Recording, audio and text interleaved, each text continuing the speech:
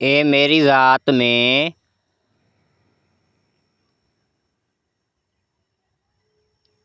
हर समत बीते हुए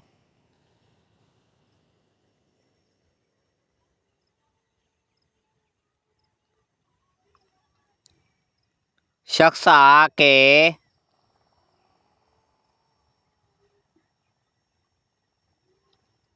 एक शाम तेरे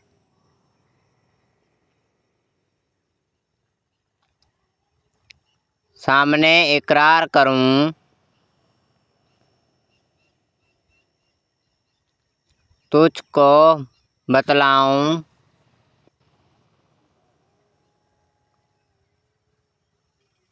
मेरा तुझसे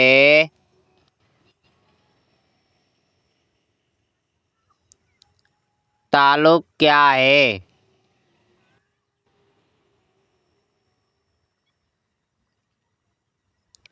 तुझसे एक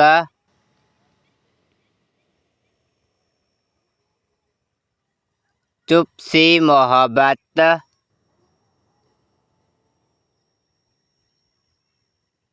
का मैं इज़हार करूं,